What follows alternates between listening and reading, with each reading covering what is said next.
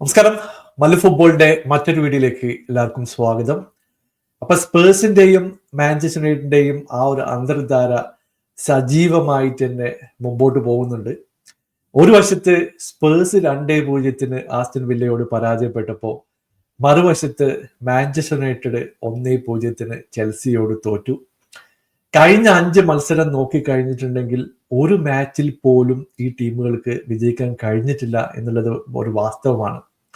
വളരെ വളരെ സ്ട്രഗിൾ ചെയ്യുന്ന ഒരു ലീഗ് പെർഫോമൻസ് ആണ് യുണൈറ്റഡും സ്പേഴ്സും കാഴ്ചവെച്ചുകൊണ്ടിരിക്കുന്നത്.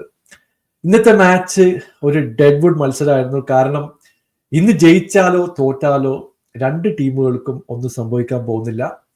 റെലിഗേഷൻ ഡിസൈഡ് ആയി കഴിഞ്ഞു. ലിവർപൂൾ കപ്പടിച്ചു. ടോപ്പ് 4 വേണ്ടിയിട്ട് 1-2 ടീമുകൾ ചെറിയൊരു ഫൈറ്റ് നടത്തുന്നുണ്ട്. ഇവിടെ ചെൽസിയും ആസ്റ്റൺ വില്ലക്കും ജയിച്ചേ മതിയാവൂ.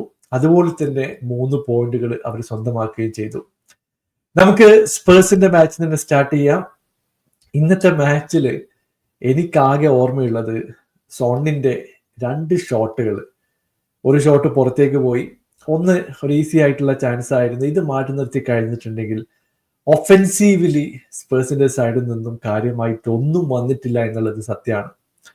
മിഡ്ഫീൽഡൊക്കെ കണ്ടു കഴിഞ്ഞിട്ടുണ്ടെങ്കിൽ എൻ്റെ പൊന്നോ, ഈ തേർഡ് ലീഗിലൊക്കെ കളിക്കുന്ന ടീമുകൾ ഇതിലും ബെറ്റർ ആയിട്ട് കളിക്കും. ഡിഫൻസ് ഒക്കെ ആരൊക്കെയോ എന്തിനു വേണ്ടി കളിക്കുന്നത് പോലെയാണ് എനിക്ക് തോന്നിയിട്ടുള്ളത്. എന്തായാലും ഈ മാച്ചിന്റെ റിസൾട്ട് ഒന്നും ചേഞ്ച് ചെയ്യാൻ പോകുന്നില്ല. പല ടീമുകളും അവരുടെ ടാർഗറ്റുകൾ സൈൻ ചെയ്യാൻ തുടങ്ങി. പല കോൺട്രാക്റ്റുകളൊക്കെ ട്രിഗർ ചെയ്തുകൊണ്ട് പ്ലേയേഴ്സിനെ കൊണ്ടുവരാൻ തുടങ്ങി. നമ്മൾ ഇപ്പോഴും അക്കാഡമി പ്ലേയേഴ്സിനെ വെച്ചിട്ട് എന്തൊക്കെയോ ചെയ്തുകൊണ്ടിരിക്കുകയാണ്. അങ്ങനെ ആസ്റ്റൺ വില്ലയുടെ സൈഡിൽ നിന്ന് ഒരു ബ്രില്യൻ പെർഫോമൻസ് ആണ് ഇന്ന് വന്നിട്ടുള്ളത്. അവർ കംപ്ലീറ്റ്ലി ഡോമിനേറ്റ് ചെയ്തു. ഒഫെൻസീവ്ലി ഒരുപാട് ചാൻസുകൾ ഉണ്ടായിരുന്നു. ഒന്നുകൂടി കൺവേർട്ട് ചെയ്യാൻ പറ്റിയിരുന്നെങ്കിൽ ചിലപ്പോൾ ഒരു 5 ഗോളുകളൊക്കെ അടിക്കാനുള്ള ഓപ്പർച്യൂണിറ്റികൾ ആസ്റ്റൺ വില്ലയ്ക്ക് ഉണ്ടായിരുന്നു. അപ്പോൾ വാട്കിൻസിന്റെ സൈഡിൽ നിന്ന് നല്ലൊരു പെർഫോമൻസ് കണ്ടു.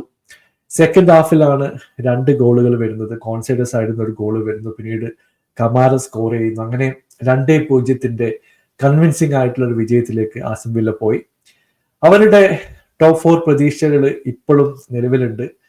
ഇപ്പോ ന്യൂകാസിന്റെയും ചെൽസിയുടെയും അവരുടെയൊക്കെ റിസൾട്ടിനെ അനുസരിച്ചായിരിക്കും ഈ ഒരു ടോപ്പ് 4 പ്രവേശനം നടക്കാൻ പോകുന്നത്. യുണൈറ്റഡിന്റെ സൈഡിൽ നിന്ന് അതുപോലുള്ളൊരു പെർഫോമൻസ് നമ്മൾ കണ്ടു. ഫസ്റ്റ് ഹാഫിൽ ഒരു ഡീസന്റ് പെർഫോമൻസ്, സെക്കൻഡ് ഹാഫിൽ ഒരു മോശം പെർഫോമൻസ് എന്ന് പറയേണ്ടി വരും. ഫസ്റ്റ് ഹാഫിൽ ഹാരി മഗ്വയറുടെ ഒരു ഗോളൊക്കെ വന്നു. അൺഫോർച്ചുനേറ്റ്ലി ഓഫ് സൈഡ് ആയത് കാരണം ആ ഗോള് വഴങ്ങിയില്ല. പിന്നീട് 1-2 ചാൻസുകൾ യുണൈറ്റഡിന് കിട്ടിയിട്ടുണ്ടായിരുന്നു. എന്നാൽ സെക്കൻഡ് ഹാഫിലേക്ക് വരുമ്പോൾ ചെൽസിയുടെ നല്ല രീതിയിലുള്ള ഒരു പെർഫോമൻസ് കണ്ടു. ഇവിടെ മിഡ്ഫീൽഡ് ബാറ്റിൽ നോക്കിക്കഴിഞ്ഞിട്ടുണ്ടെങ്കിൽ എനിക്ക് തോന്നുന്നു ചെൽസി ഒരു പടി മുമ്പ് തന്നെ ആയിരുന്നു.